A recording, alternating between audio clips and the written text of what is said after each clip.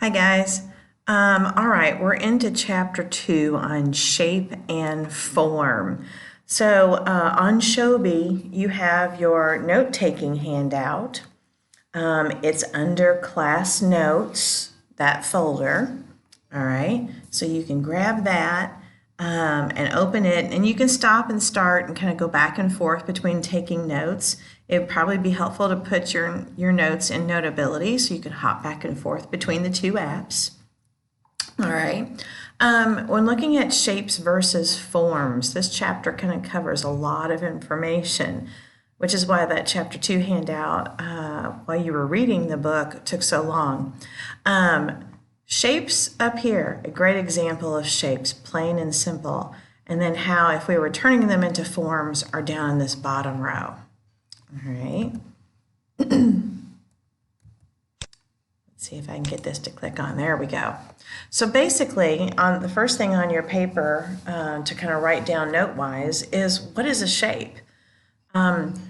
Basically, a shape is an enclosed line.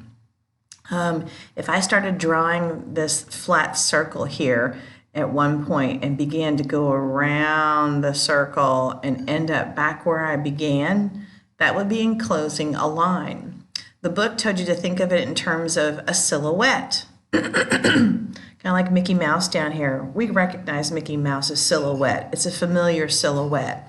It's an object that we've seen before, and we can identify by its basic shape. The other example the book gave us was a guitar, that if you laid a guitar down and drew the outer shape of it, we would recognize the shape of a guitar. So basically, shapes are flat. They're two-dimensional. They don't have any way for us to see the other sides because they're normally drawn or painted onto a flat surface. Form, on the other hand, describes things that are three-dimensional. Whether it's as simple as a paper sculpture that you're making by folding paper and putting it down onto a surface. It's lightweight, but it's definitely something dimensional that takes up space. It's no longer flat, right? If you've ever had ceramics class, you're making things, or in sculpture class, you're making things that have both height, width, and depth to them. Like our wire sculptures that we did of our figures. They have some kind of weight and they have solidity to them. They're solid, right? So a form is typically something that you can touch and feel and see from more than one side because it has height, width, and depth. There are 6 categories of basic shapes that our textbook talked about. The first category would be the ones that we're familiar with, good old geometric shapes. They're precise, they're sharply defined. Why? Because we use things like rulers and compasses and templates to draw them to make them as accurate as possible. They're also measurable. Because they've been made probably with some kind of a tool, we could measure the arc or the degree of a curve, or measure the length of the side of something. They typically have names we've heard of, like hexagon and circles and squares and triangles. Oh my. The second category are organic shapes. The book kind of used the term freeform or irregular. Most of the world tends to use the terms organic. These are things where they're not using any kind of template to draw them. There are no rulers, no curves involved. It is completely freely drawn by your hand. They tend to be very rounded and curved in some way and represent natural objects, things like plant life. These even kind of look a little bit like seaweed over here on the right-hand side. So oftentimes things that are very moving and organic have a different kind of a personality than the geometric shapes. Categories 3 and 4. If we break these down a little bit further, we have categories such as angular and purely curved. All right, this is where it's going to start to sound a little bit like line and personalities that we studied in chapter 1. Angular shapes are made up of straight-edged items. So look at all the diagonal lines there, right?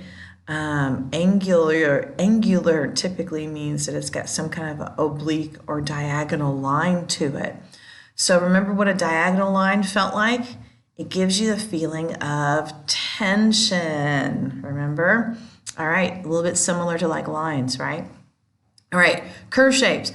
These are very graceful. That was sort of a personality of a curved line that we studied before, including the feeling that they imply the feeling of movement. Don't these kind of look like blobs in a lava lamp? 5 and 6.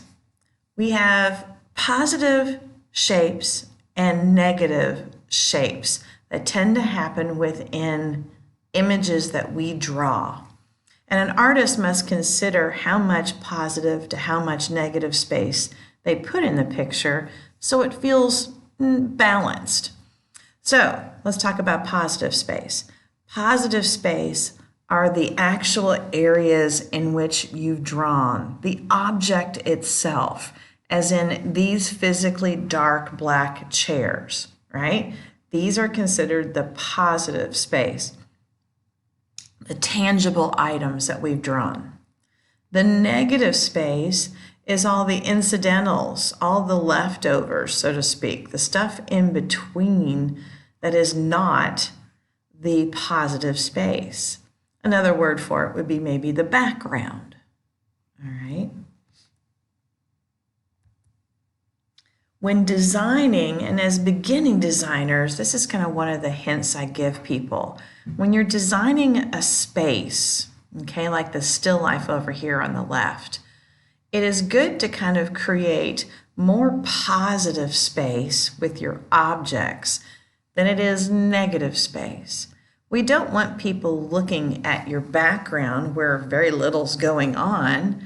Obviously, the reason you've drawn the picture is that there's some interesting positive shapes that you want us to see.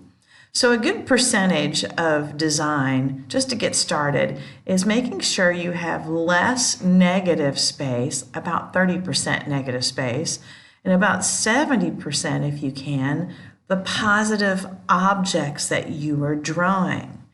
So in other words, draw bigger. Consume more space with your positive objects. This image here on the right, the black and white of the military gentlemen with their guns and their hats and all that on, that is well over 70% of the design space that is being filled with those positive objects. The men, the hats, the ends of their guns, okay? About 30% of it or less is that white space that's negative. There are different qualities to shapes and forms, depending on how people would want to illustrate or sculpt things. And so these kind of come in opposites. So there's 6 of these, but they pair off. So let's look at the first set here. The first one is the quality of objects or shapes or forms can be light. These tend to feel soft. They tend to feel like they're floating. You can see the photograph on the right of the dandelion. We know that those are very light and airy, and if a wind comes along, we know those little bitty seed pods are going to go flying off of there, right? So they give us a very light and fluffy kind of a feel. If you're creating, if you're creating a cloud or a painting of something that we know typically is very light, it's going to take a little bit of a light touch to create that. Some lightweight materials, and maybe even lighter colors. Those kinds of things come together to make us feel like things are lighter. Opposite of that would be heavy. Okay, this cat from Fernando is actually in our textbook, and it is a large bronze sculpture of a cat, a very fat cat. So if something is made of metal, it's going to feel heavy, right? Because in our eyes, in our minds, we understand that if something's made out of stone or even a large piece of wood or marble or metal, they tend to be fairly strong and hard in nature, right? So again, the materials that you make things out of help us also to feel the quality of the form. Our wire sculptures, depending on how much wire you used, how much bulk you put on them, it's wire. And we understand that a lot of wire put together can be somewhat weighty. Our next set of opposites. There's a smooth quality some shapes and forms can have. It'll depend on whether you paint something with a glossy finish, or if you're sculpting something, how reflective it is. Things that are reflective, like shiny metal, think like this sculpture here, think of like your hood ornaments or parts of a car, a bumper that's really shiny metal. They reflect light. And to us, we want to run our hands over it because we know in our head it's going to be smooth. So if something reflects light, if it shines a bit, it equals something that's smooth to us. The opposite would be something textured or rough. This picture over on the right-hand side is from our textbook. It was a woman from the 1930s who was experimenting with unique thoughts and feelings about everyday objects. So who would want to use a teacup covered with deer fur? Not me. It would be a little gross, a little tacky in the mouth, okay? But she took something that we normally see as smooth, a shiny surface, and she did something completely opposite to it. She threw fur and something textured all over it to make it stand out and be obscure. The interesting thing about textured objects is they don't shine light, all right? They're not reflective. They absorb light. They're generally tactile to touch. The picture on the lower left is also from our book, I believe, and it's sort of a plaster surface or concrete texture put on the outside of a building that, you know, if you rubbed your hand over it, would have lots of high and low areas to it. It's tactile, so it's absorbing light. It's not shiny and it's not reflective. All right, our last two opposites. Static. Mona Lisa over here, we've all seen her before. She is sitting, she is resting, she is not moving. She is static.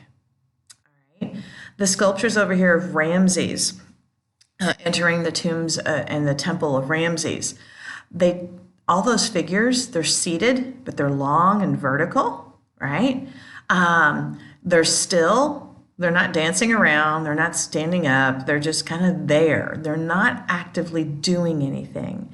Any shape that seems to be either vertical or horizontal without much interest tends to be static. Remember our horizontal and vertical lines? They're not doing much, right? There's no interest to a horizontal or a vertical line. They're just resting. Now, the opposite, dynamic shapes and forms. Dynamic shapes and forms. Look at all these forms. The drawing on the right of the girl that looks like she's had a little bit too much to drink at a party, and the figures that are boxing over on the left. The key thing that's happening in those are the kinds of lines we're seeing. On the fighters, the one that's lunging, he's got lots of diagonal lines on him. What are diagonal lines? Action, tension, movement, right? We learned that in chapter 1. The girl on the right seems to be filled with lots of curves. Her arm is curving, her torso is curving, her legs have some diagonal lines, but we know that the curving lines also show a sense of movement, right? Again, using those terms that we learned back in chapter 1. So if someone looks like, or an action thing happens, like a shape looks like it's falling, climbing, running, if shapes are moving in any kind of diagonal or curved fashion, they're gonna feel dynamic. Now, shapes and forms can bring about different kinds of actions inside of our artwork. Let's talk specifically about forms. If an artist wants to paint a form, making something look like it's three-dimensional, it's still a painting and it's still flat. But this particular artist, this is Edward Hopper, and Edward placed the woman in front of a very large window in a darkened room. And the dark shadows that start to happen, that we understand from the brightness of the window on her body, start to begin to tell us the form of her body, that she's not flat. He's capturing her in a dimensional kind of way. So the illustration of form needs some lights and some darks to be able to help us understand the three-dimensional form that we're trying to paint. All right? And we understand the logic that if someone is sitting on a bed and a bright window or a bright light is shown on them, the back side of them is going to be darker and they're going to create some shadows on the surface. So bright light creates dark shadows and helps us see the form. When we take these photographs down below here, these are plaster blocks and plaster spheres that artists will sometimes use as models to draw by. They'll place different lights in different places, and all of a sudden, because of the light, you can start to see the form of the object. Here's a perfect example of how a soft light hitting the top of a sphere on the left here is going to slowly cast shadows, and then shadows on the ground as well. The darker the light right next to the object, and it fades out a little further. If you move the light more overhead, the dramatic stop and start of the light is more dominant. Also, the shadow is much darker when the light comes from directly above. See how it handles the angles of the light from this cube, this plaster cube. The light is really strong coming in on the left, and then we have this really dark shadow cast on the ground. So because of light, we can find forms. We can find the angles in the light, and it helps to find all the things that we can see. So, sort of an overview here. These were kind of the basic shapes that we looked at. We looked at the basic shapes of geometric, organic, positive, negative. We looked at some static shapes that were like sitting, resting, some things that were moving, that were dynamic. We talked about form and how you need light to kind of see the dimensions of form. So there was a lot in this chapter. We're going to be working with different kinds of shapes, the geometric ones and the organic ones, in a future project.